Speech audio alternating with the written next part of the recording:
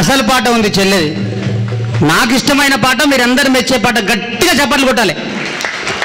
సందులో సంసారివే గడ్డి, వాగులో బొగలాడివి గడ్డి. అబ్బా ఏమన్నా ఉంటుంది ఆ పాట. ఒకసారి గట్టిగా చప్పట్లతో చెల్లకు. సందులో సంసారి